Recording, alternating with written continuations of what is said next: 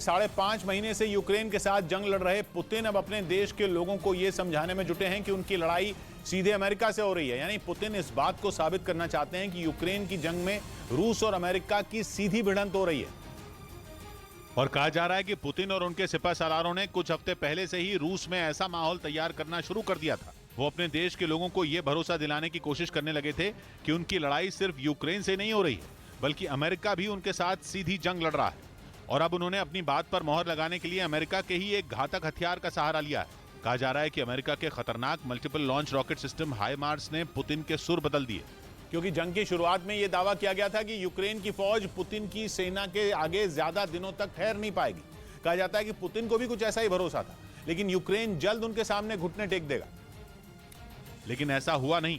जंग शुरू होने के बाद जेलेंस्की के जवानों ने रूस के सैनिकों को तगड़ी टक्कर दी। कुछ हफ्तों तक चलने वाली जंग कई महीनों तक खिंच गई। रही सही कसर पश्चिमी देशों से यूक्रेन को मिले हथियारों ने पूरी कर दी। उनकी मदद से यूक्रेन के सैनिकों ने रूसी सेना को कई ऐसे इलाकों से भी खदेड़ने का दावा किया जिन पर रूस का कब्जा हो चुका था। लेकिन कहा जा रहा है कि पुतिन के लिए सबसे बड़ा सिरदर्द बना अमेरिका का मल्टीपल लॉन्च रॉकेट सिस्टम हाइमार्स, क्योंकि इसी के हमले और उससे हो रहे नुकसान की कहानी सुनाकर वो अपने देश के लोगों को ये यकीन दिला रहे हैं कि उनकी जंग अमेरिका से भी हो रही है। और रूस ने तो यह भी आरोप लगा दिया कि अमेरिका के इसी घातक हथियार की वजह से ही पूर्वी यूक्रेन में बड़ी संख्या में नागरिकों की मौत हुई, क्योंकि यूक्रेन ने डॉनबास की जंग में बड़े पैमाने पर हाइमार्स का इस्तेमाल किया। और अमेरिका के एकदम हाईटेक और मीडियम रेंज के मल्टीपल लॉन्च रॉकेट सिस्टम हाइमार्स ने युद्ध में उतरते ही अपनी ताकत का लोहा मनवाना शुरू कर दिया। ये एक साथ कई मिसाइलें लॉन्च करने की ताकत रखता है। इसकी हर मिसाइल जीपीएस तकनीक से लैस होती है, यानी एक बार ये दुश्मन पर चल गई तो फिर उसे खत्म करके ही रहती है। इसीलिए यूक्रेन काफी वक्त से डॉनबास की लड़ाई में इस्तेमाल करने के लिए अमेरिका से इनकी मांग कर रहा था। हालांकि अमेरिका से इनकी खेप पहुंचने से पहले यूक्रेन के पूर्वी हिस्से डॉनबास पर पुतिन की सेना ने अपनी पकड़ काफी मजबूत कर ली थी। लुहांस्क पर कब्जे का दावा करने के बाद रूसी सेना तेजी से डोनेस्क के इलाकों की तरफ बढ़ रही थी, और इसी वजह से यूक्रेन ने वहां पहले ही अपनी मोर्चाबंदी मजबूत करनी शुरू कर दी थी। इसके बाद पश्चिमी मीडिया ने दावा किया कि अमेरिका से मिले हाइमार्स ने पूर्वी यूक्रेन में पुतिन की पूरी बाजी ही पलट दी और उनकी फौज पर ऐसा भीषण हमला बोला कि तेजी से बढ़ते उसके कदम ठिठक गए। हाइमार्स की मार के बाद पुतिन की सेना पूर्वी यूक्रेन की लड़ाई में ही उलझ कर रह गई। यूक्रेन ने दावा किया कि सिर्फ हाइमार्स से किए हमलों में ही अब तक रूस के 100 से ज्यादा सैनिक मारे जा चुके हैं। बताया गया कि अमेरिका ने अब तक 12 हाइमार्स यूक्रेन की मदद के लिए भेजे हैं, जबकि 4 और हाइमार्स जल्द ही यूक्रेन को मिल जाएंगे। यानी आने वाले दिनों में यूक्रेन की ताकत में और इजाफा हो सकता है, जंग और लंबी खिंच सकती है। दावा किया जा रहा है कि पुतिन और उनके करीबी इसी वजह से यूक्रेन के साथ अमेरिका से भी सीधी जंग की कहानी बुन रहे हैं, ताकि आने वाले दिनों में रूसी जनता के सवालों का जवाब देना आसान हो जाए। इधर शिवपाल यादव ने अपने बेटे को पार्टी की कमान सौंप दी। प्रगतिशील समाजवादी पार्टी लोहिया के नेता शिवपाल यादव ने अपने बेटे आदित्य यादव को यूपी में पार्टी का प्रदेश अध्यक्ष बना दिया। उत्तराखंड में तिब्बत सीमा के पास आईटीबीपी के महिला पेट्रोलिंग दस्ते ने 17,000 फीट की ऊंचाई पर तिरंगा यात्रा निकाली।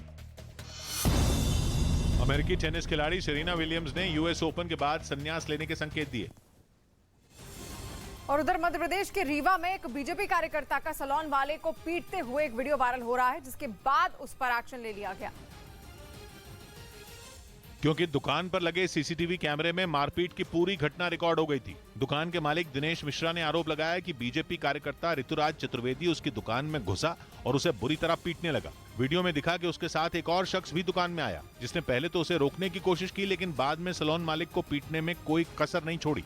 इसके अलावा उन दोनों ने वहां रखा सामान भी तहस नहस कर दिया, जिसके बाद पुलिस ने दोनों पर एक्शन ले लिया। जो वीडियो में है उनको चिन्हित किया जाएगा, जो होंगे उनके खिलाफ कार्रवाई की जाएगी। दावा किया गया कि पुरानी दुश्मनी की वजह से बीजेपी कार्यकर्ता ने सैलून में घुसकर मारपीट की। हालांकि पुलिस ने घटना के बाद से फरार ऋतुराज चतुर्वेदी पर केस दर्ज कर उसकी तलाश तेज कर दी। उधर दिल्ली के पास हरियाणा के गुरुग्राम से हैरान करने वाली कुछ तस्वीरें सामने आई। वहां शराब की एक दुकान में घुसकर कुछ बदमाशों ने लूटपाट की। पुलिस के मुताबिक कुछ रोज पहले उनका दुकान के मालिक से किसी बात पर विवाद हुआ था, जिसका बदला लेने के लिए बदमाशों ने उस वक्त दुकान में मौजूद कर्मचारियों से मारपीट की और वहां से पैसे लूटकर भाग खड़े हुए। सामने आई सीसीटीवी फुटेज में दिखा कि कुछ बदमाश शराब की दुकान में घुसे और कैश काउंटर पर मौजूद दोनों कर्मचारियों को डंडों से दनादन मारने लगे। इससे पहले कि वो लोग कुछ समझ पाते, उन्होंने उन लोगों पर सामान उठाकर फेंकना भी शुरू कर दिया। इस बीच एक बदमाश ने दुकान में मौजूद कैश को एक थैले में भर लिया। तोड़फोड़ करके 1.5 लाख रुपए के करीब उन्होंने पैसे निकाल लिए हैं। बदमाशों ने दुकान पर अटैक करने के दौरान पैसों के साथ वहां से शराब की कुछ बोतलें भी उठा ली, जिसके बाद वो लोग वहां से फरार हो गए, जिनमें कुछ को पुलिस ने धर दबोचा। 5 आरोपियों को हमने काबू करके और उनके खिलाफ कार्रवाई कर दी है। लूटपाट के इरादे से शराब की दुकान में पहुंचे कुछ बदमाशों ने अपने चेहरे ढके हुए थे, उनकी तलाश में पुलिस जुटी है। इधर बद्रीनाथ हाईवे फिर बंद हो गया।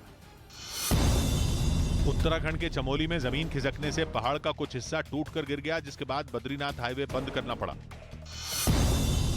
15 अगस्त से पहले मुंबई में कांग्रेस ने आजादी की गौरव यात्रा की शुरुआत की। इस दौरान कांग्रेस नेताओं ने स्वतंत्रता संग्राम के शहीदों को श्रद्धांजलि दी। दक्षिण अफ्रीका के पूर्व क्रिकेट अंपायर रूडी कर्जन का 73 साल की उम्र में सड़क हादसे में निधन हो गया।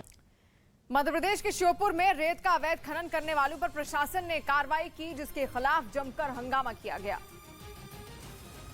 रेत से भरी 2 ट्रैक्टर ट्रॉलियां नदी से शहर की ओर आ रही थी। तभी खनिज विभाग के अधिकारियों ने बीच रास्ते में ट्रैक्टर ट्रॉलियों को रोक दिया और रेत का अवैध कारोबार करने के आरोप में दोनों ट्रॉलियों को जब्त करने की कार्रवाई करने लगे, जिसके खिलाफ अवैध खनन करने वालों ने हंगामा करना शुरू कर दिया और कार्रवाई का विरोध करते हुए अवैध खनन करने वाला एक कारोबारी ट्रैक्टर के टायर के आगे बैठ गया। इस बीच काफी देर तक अधिकारियों और अवैध खनन कारोबारियों के बीच बवाल चलता रहा। हंगामा करते हुए कारोबारियों ने मौके पर अपने कुछ और साथियों को बुला लिया, लेकिन अधिकारियों ने एक्शन लेते हुए रेत से भरी 2 ट्रैक्टर ट्रॉलियों को जब्त कर दिया। वहीं इस कार्रवाई के दौरान हैरान करने वाला एक मामला सामने आया। संबंधित अधिकारियों ने आरोप लगाया कि जब्त की गई ट्रैक्टर ट्रॉलियों को पुलिसकर्मियों ने थाने में रखने से इंकार कर दिया और जब पुलिस अधिकारियों से इसकी शिकायत की गई तब थाने में ट्रैक्टर ट्रॉलियों को रखा गया।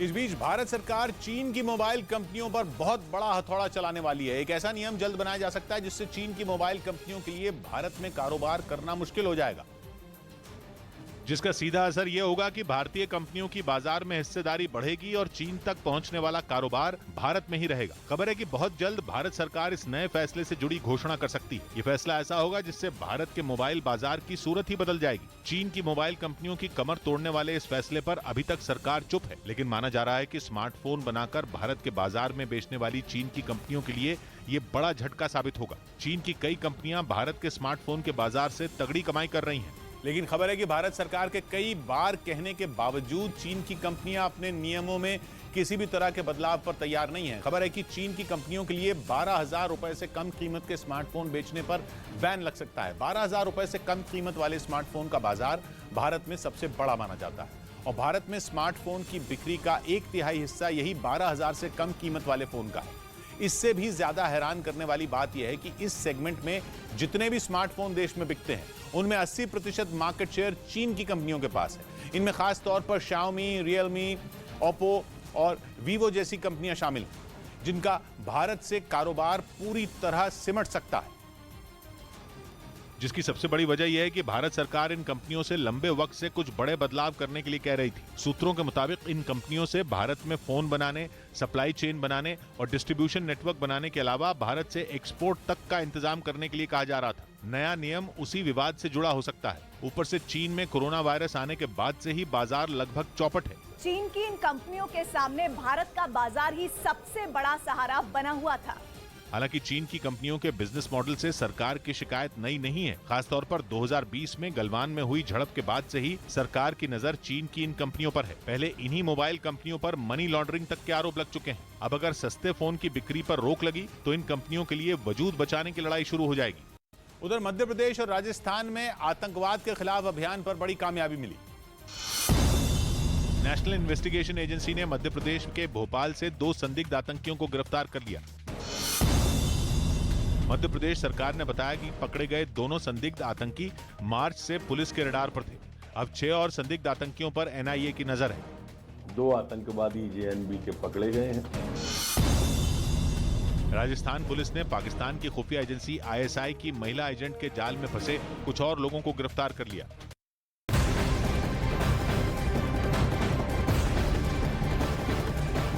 और इस वक्त बड़ी खबर निकलकर सामने आ रही है। आपको बता दें, प्रियंका गांधी कोरोना पॉजिटिव पाई गई हैं। प्रियंका ने ट्वीट करके इस बात की जानकारी दी है। उन्होंने खुद को आइसोलेट फिलहाल कर लिया है। प्रियंका गांधी ने ट्वीट कर इस बात की जानकारी दी है। तो बड़ी खबर आप देख रहे हैं। लगातार हमने देखा है किस तरीके से प्रियंका तमाम मुद्दों पर सक्रिय रहती हैं। और इससे पहले जब ईडी ने बुलाया था सोनिया गांधी को, तो उस वक्त भी उनकी ओर से भी प्रदर्शन किया गया था। तमाम कांग्रेस कार्यकर्ताओं के साथ वो बैठी थी। लेकिन आपको बता दें, जो बड़ी खबर फिलहाल निकलकर सामने आ रही है, प्रियंका गांधी कोरोना पॉजिटिव पाई गई हैं और उन्होंने खुद को आइसोलेट कर लिया है। और उस बात की जानकारी खुद ट्वीट करके प्रियंका गांधी ने सबको बताई।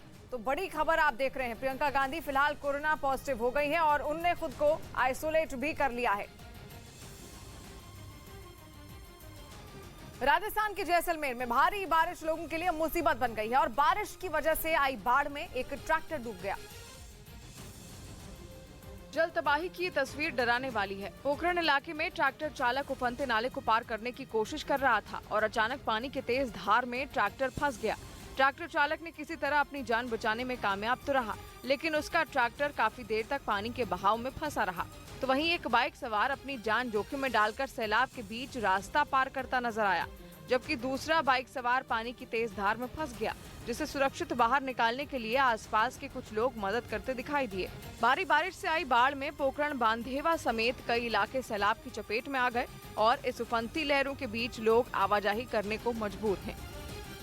उधर धरती की चाल में कुछ ऐसा बदलाव हो रहा है जो वैज्ञानिकों की चिंता बढ़ाने वाला है। खबर है कि इस बार कुछ ऐसा बदलाव हो रहा है जिसका असर जीपीएस जैसी कई अहम तकनीक पर पड़ेगा। लेकिन सबसे बड़ी टेंशन यह है कि वैज्ञानिकों को धरती की रहस्यमयी चाल का राज पता नहीं चल रहा। दावा यह किया जा रहा है कि दिन छोटे होते जा रहे हैं। दिन की लंबाई पृथ्वी की चाल से ही तय होती है। पृथ्वी अपनी धुरी पर लगातार चक्कर लगाती है। हर एक चक्कर के पूरा होने पर एक दिन बनता है। लेकिन वैज्ञानिकों ने पता लगाया है कि पिछले कुछ सालों में दिन की जो लंबाई पहले हुआ करती थी, अब उससे कम है। दिन लगातार छोटे हो रहे हैं। हालत यह है कि जून में तो पृथ्वी के पिछले 50 साल के इतिहास का सबसे छोटा दिन रिकॉर्ड किया गया। मतलब यह कि पृथ्वी अपनी धुरी पर पहले से ज्यादा तेज रफ्तार से घूम रही है। घड़ी में देखने पर तो दिन 24 घंटे से पहले खत्म नहीं होता, लेकिन पृथ्वी अपना चक्कर 24 घंटा पूरा होने से पहले ही खत्म कर रही है। इसीलिए वैज्ञानिक कुछ समझ ही नहीं पा रहे। परेशानी यह है कि अगर इस परेशानी की वजह पता नहीं चली तो पिछले कई दशकों की मेहनत पर पानी फिर जाएगा, क्योंकि जीपीएस से लेकर पृथ्वी के चक्कर लगाने वाले सैटेलाइट तक की प्रोग्रामिंग में घड़ी का सटीक इस्तेमाल किया जाता है। इतना सटीक कि उसमें 1 सेकंड का 100वां हिस्सा भी अगर इधर से उधर हुआ तो नतीजे पर बहुत बड़ा असर पड़ सकता है। अब 29 जून के जिस दिन को रिकॉर्ड माना जा रहा है, उस दिन पृथ्वी ने अपनी धुरी पर एक चक्कर पूरा करने में 1.5 सेकंड कम लगाया। वैसे तो चक्कर 24 घंटे में पूरा होता है, लेकिन 24 घंटे में 1.5 सेकंड बाकी थे जब पृथ्वी का एक चक्कर पूरा हो चुका था। पृथ्वी के अपनी धुरी पर घूमने की रफ्तार में ये तेजी लगातार रिकॉर्ड की जा रही है, जिसकी कोई वजह समझने में वैज्ञानिक अब तक नाकाम है। इसका असर सिर्फ एक दिन पर नहीं होगा, बल्कि दिन छोटे हुए तो महीने पर असर पड़ेगा, महीने पर असर पड़ा तो साल पर भी असर पड़ेगा। लेकिन टेंशन यह है कि अगर सारे कैलेंडर गलत साबित हो गए तो दशकों की मेहनत बेकार हो जाएगी। कई सैटेलाइट काम करना बंद कर सकते हैं, बहुत सारी तकनीक आउटडेटेड हो जाएंगी, लेकिन उनकी जगह लेने के लिए नई तकनीक बनाना आसान नहीं होगा, क्योंकि वैज्ञानिक ये भी पता नहीं लगा पा रहे कि न्यू नॉर्मल क्या है।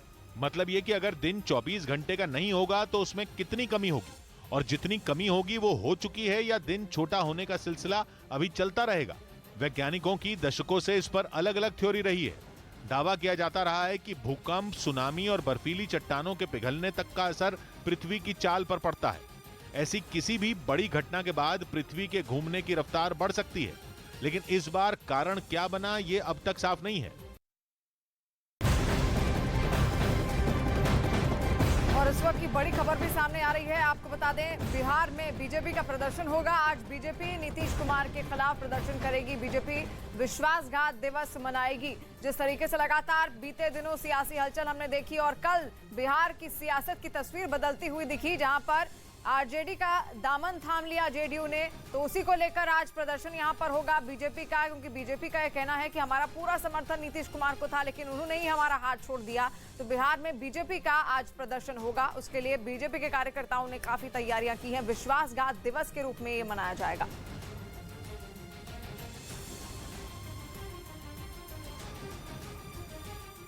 इधर कॉमनवेल्थ गेम्स में जीत दर्ज करने वालों का यूपी सरकार सम्मान करेगी। यूपी सरकार ने कॉमनवेल्थ गेम्स में गोल्ड मेडल जीतने वाले खिलाड़ी को 1 करोड़ रुपए देने का ऐलान किया। साथ ही सिल्वर मेडल जीतने वाले को 75 लाख रुपए दिए जाएंगे, जबकि कांस्य पदक विजेताओं को 50 लाख मिलेंगे। राजस्थान के अलवर में सुबह से कांग्रेस के नेतृत्व संकल्प शिविर का आयोजन होगा, जिसमें राहुल गांधी भी हिस्सा लेंगे। उत्तर प्रदेश एटीएस ने आजमगढ़ से सबाउद्दीन आजमी नाम के आतंकी को गिरफ्तार कर लिया। आरोप है कि वो आईएसआईएस के लिए भर्ती करवाने वाले लोगों से सोशल मीडिया के जरिए जुड़ा हुआ था। कर्नाटक के बेलगावी में भारी बारिश से कई इलाकों में लोगों की मुश्किलें बढ़ गईं।